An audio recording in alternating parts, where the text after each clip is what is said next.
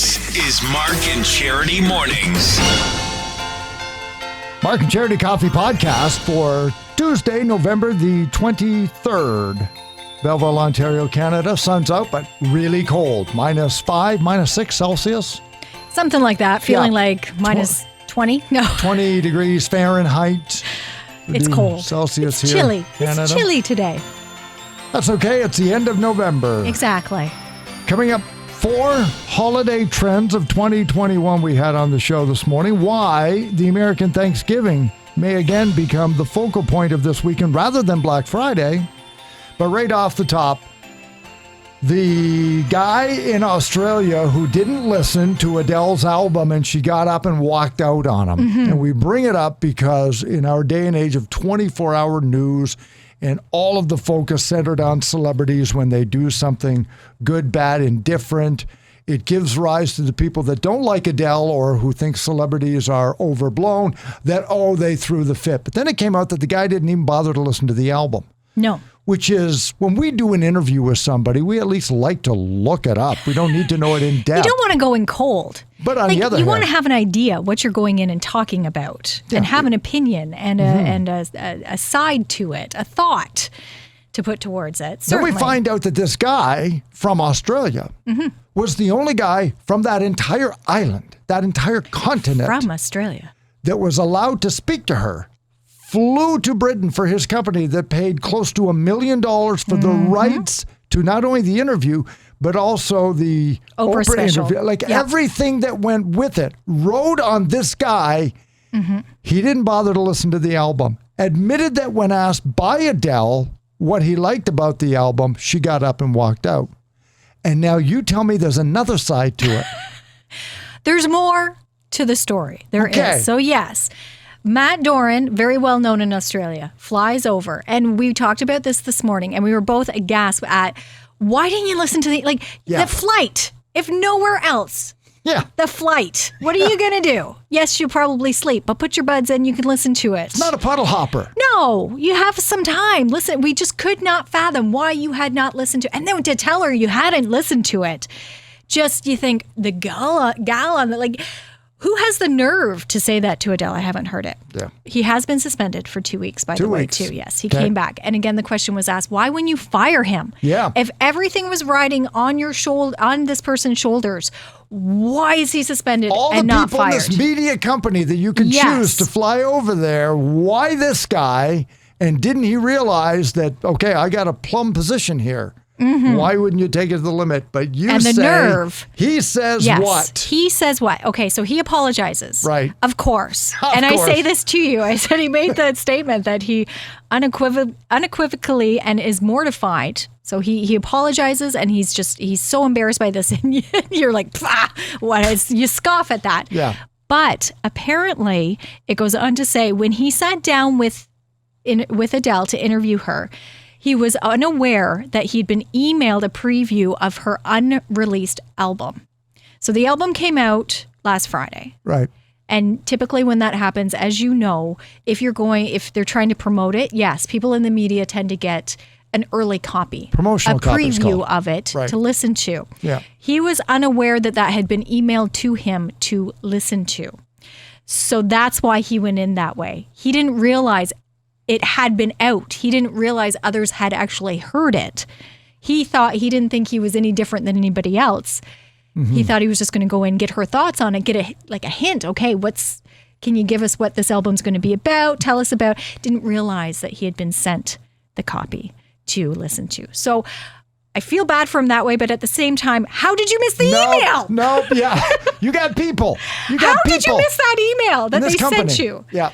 So if I were going to interview Adele or Pink or Taylor Swift or Ed Sheeran, somebody notable, and I would say, I haven't heard the album yet, wouldn't you say to me, clown, check your email. I'm sure they sent you something. It's the way it works. And wouldn't you be expecting something you'd almost be wondering or ask even, okay, should I know? Should I have this? Are they sending us prior to even going, your boss or the in-between person? Yes. Oh. How? Yeah. I know. You shake your head. And I feel for this man only because it is international news. Like everybody now That's knows right. about your screw up. Yeah, and they're talking about it. When I mess up a vault on Beat the Bank, I feel awful, but the whole world doesn't know about it. How do you, oh, wow. And then here's an unpopular And he's not take. new, so you would almost think that he would know they would send something to him. I know. You know, if that was somebody from Entertainment Tonight, like, you're supposed to be the best at this. People would be checking. People would be looking. You have a staff. Yes, that would be waiting for the preview. But here's an unpopular take. Celebrities are pampered, and when they do that, there are people like, she should have been polite and said, well, I hope you get a chance. And okay. But I'm not saying they're right. I'm saying there are people who will do that. Yeah. But if I'm a celebrity and I've laid my whole heart out onto this album and I've given one person the right to come and interview me for it, and you haven't even got the time to listen to it, absolutely, I'm leaving. Absolutely. I'm leaving. I'm not going to waste my time with you. So, you know, it's a horrible, unfortunate situation, but I don't blame her for it. Absolutely and maybe not. I don't blame him, but on the other hand, wow. Like the owner of the company that just lost out on their $1 million investment. Yikes. Exactly. Yikes. And it reminded me of another moment this past weekend, late last week with the premiere of Gucci. With Adam Driver and Lady Gaga. They were doing a red carpet with Al Pacino, and he had sunglasses on. And a photographer was yelling at him to take his sunglasses off. We want to take a picture of we need your eyes, take your sunglasses off. And Lady Gaga actually turned and she said, do you know who you're talking to? Honestly, if he wants to wear sunglasses, let him wear sunglasses. It's Al Pacino. And I think, he's earned that right. And Adele has earned, I think, the right to have people listen to her. If, as you said, if you have one person to come and speak to her and he's representing, then you put the effort in, you put the time in, even if he had received it and just decided not to listen to it. She deserves that respect to, you're coming in here to talk to me, have some background, do the work. You don't waste my time if you're not putting in the time yourself. And it kind of goes into that too. It wasn't her being a diva. It's not her getting angry and walking out. This is her job. This is her work. She's doing this as work. So respect that and put the time in. Paul McCartney's got his book out, The Get Back. Documentary's coming out. So he's been in the news a lot. If you send one person, would you send somebody who didn't like Paul McCartney and said, now, tell me, it's like, okay, these songs that you wrote, like imagine if you started like that. Do you think Paul McCartney's got time for clowns like that? Like, you know, I want to be able to get my life's work out. I'm 79 years of age. So in the media, because we're in the media, we also look at other people that do well in the media and think, how did they get there doing that? Mm-hmm. Not that we're jealous, but when things like this happen, it's like how are they doing this? Yeah, we know how we got to do all this stuff. Like Charity does all the work on the show. And I don't hold her to that. Oh, Mark. When it comes to putting in the work, that's called Charity Brown. Yeah. It's in the work. It's a partnership. Anyway, but you do, especially in I'm that just circumstance by it. with as big a deal, and it is a big deal. I'm sorry, but yes, Adele coming back from years of taking a break. It's a big deal when she puts music out. And you're the only person in your country who gets to talk to her. Your company has invested nearly $1 million to send you here and do this. Yeah. And you're not ready. Okay. So anyway, we had fun with that this morning. We got time. We got time for holiday trends. Some more fun. Hang around, everybody, because we're going to talk about charcuterie boards. Not a new item, but they have taken off. We got a lot of text messages about that this morning. So, where you can find them and what kinds. And you can thank Instagram for it, because to me, I thought a charcuterie board was like a meat cutting board. And it's like, no, it's a presentation board. No, well, that's okay. You have platters. No. You don't need platters anymore. You need a charcuterie board. I said, well, is it a hybrid? Is it like a platter you cut things? Like, I can't understand why it became what it became and has become. And the answer is Instagram, because it is camera friendly.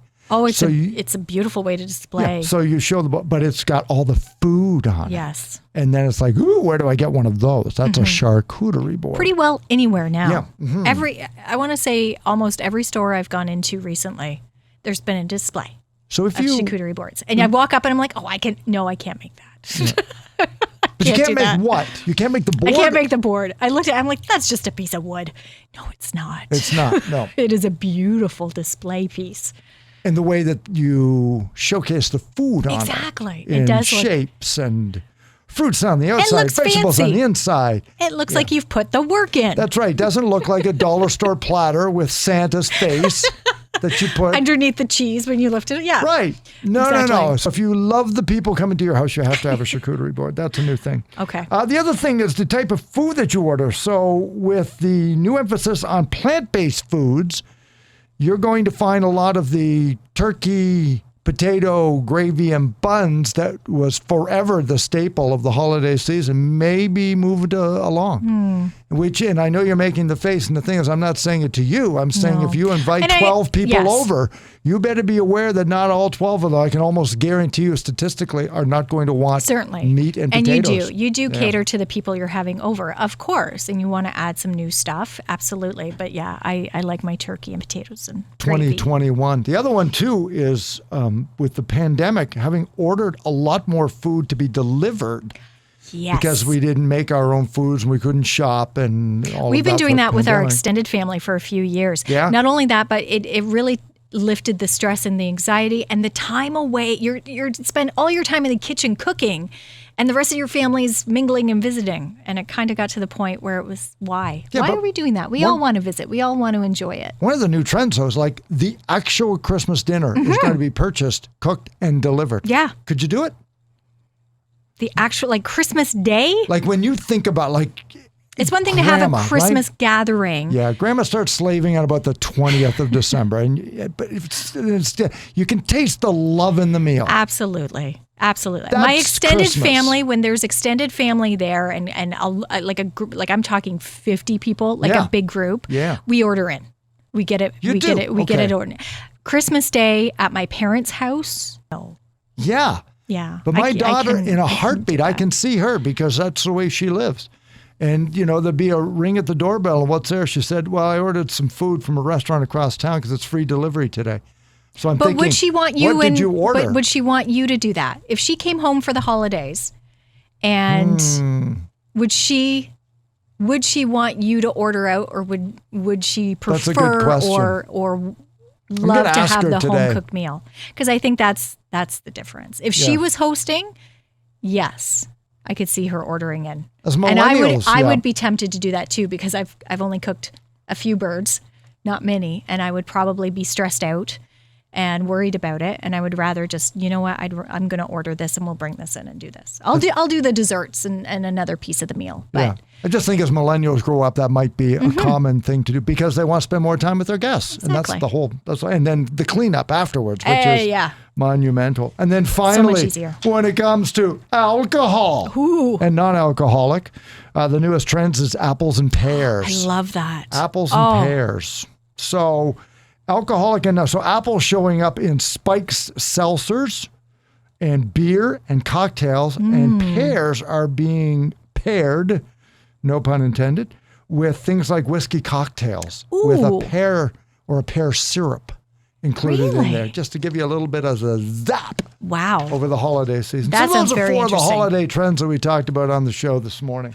Very exciting. Coming up on tomorrow. Tomorrow we'll be unveiling our Throwback Thursday. And so we're going to be getting into the giving season with a bit of a giving trend. We'll have those songs for you on our socials at 8 in the morning, and then we'll unveil it ahead of your no repeat workday.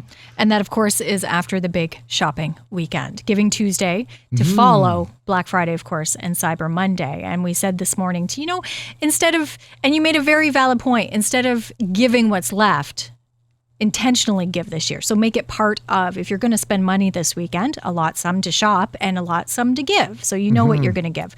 But with the shopping, and this ties into the trends too, and I hope it takes off, is the fact that the focus is returning to Thanksgiving or at least it appears to be. South of the border. South of the border. Yep. To our friends to the south. It used to, and again, this was a point you made. It was Thanksgiving would be before Black Friday, and then somehow it became Thanksgiving was the day before Black Friday. Yeah. It kind of shifted to the focus of shopping as opposed to gathering with family. And this year, a lot of the retailers in the States, major retailers, chain stores across the States, are closing their doors for the first time in 10 years for Thanksgiving. They will not be open. Like the Walmarts and the Targets and the Costco, like big stores that people would line up for hours. I really hope that catches on in that stays. I hope it does, because the workers want time with their families. And that's part of the reason they're doing it, yeah. Work balance. And so back at it tomorrow, the Mark and Charity Coffee Podcast. About 15 minutes out of your day. A little bit more of what we talked about on the air this morning. Hi, Adele. We've listened to your music. Yeah, we have it. You find us on Spotify, on Apple Podcasts, and right here off of our social media sites. Back at it again tomorrow morning with Mark and Charity Mornings on 95.5 Hits FM. And if wherever you are in the world, you want 24-hour Christmas music, you can download the Christmas in Quinte app, also starring Charity and I throughout the day, or right off of our websites at 95.5hitsfm.ca. We'll talk to you tomorrow.